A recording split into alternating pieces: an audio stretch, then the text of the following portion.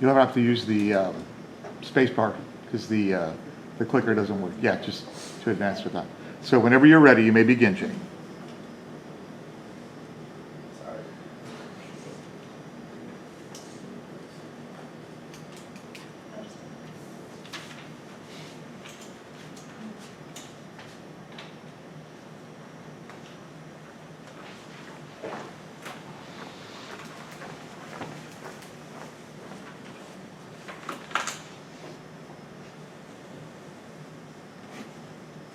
How to do Gothic makeup. I'll be showing you how the history and different types of Gothic makeup are performed or expressed. Then I'll show you the different steps of how I do Gothic makeup traditionally. Then I'll show you and share with you my different experiences with Gothic style.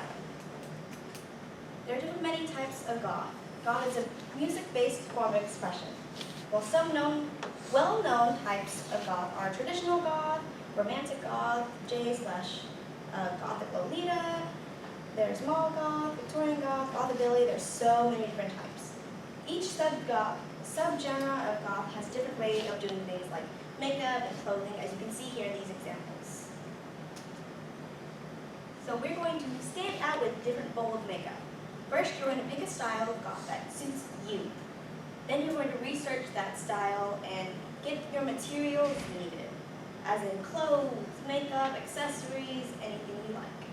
Then you get started and get creative. It's makeup time.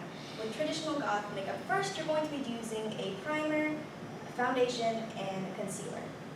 So make sure your primer, foundation, and concealer are relatively the same components, like water-based concealer, water-based primer. They act better together rather than a silicone-based primer and concealer and a water-based primer and concealer together. Whenever you make a water-based primer and a silicone-based foundation / concealer, they get all flaky and cakey, and it's really bad. If you want that smooth, very slick, white base that traditional Goths use, you want to be able to use that the specific kind of makeup. Then we're going to move on to the contour. You can use any black eyeshadow. Dark colors are preferred, and harsh colors. Whenever you do contour, you're going to make sure you get those straight lines, then blend it all out for the contour. See here, I was doing it in my boyfriend's house just a few hours ago. And it's not really good to see on camera, like this foot away from you, but I can kind of see it. Then we're going to move on to eyeliner and eyebrows. Most traditionally, the eyebrows and the eyeliner of Gothic makeup are very bold and thick and dark. What I did with the makeup was I connected the eyeliner and the eyebrows. That's what you normally see. You get big, blocky eyebrows sometimes. You can do very thin eyebrows. And make sure you have these straight edges. Here I gave some examples of some eye makeup. These are not me, just so you know.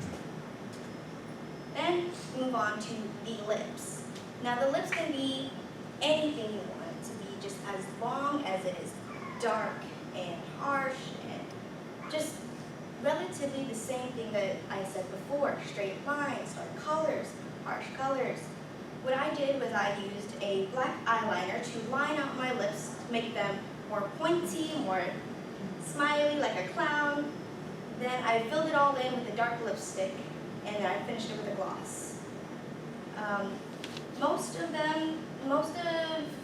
Gothic lips do come out with a pointy Cupid's bow, like you see here in this picture, but they can be with a softer Cupid's bow like this picture.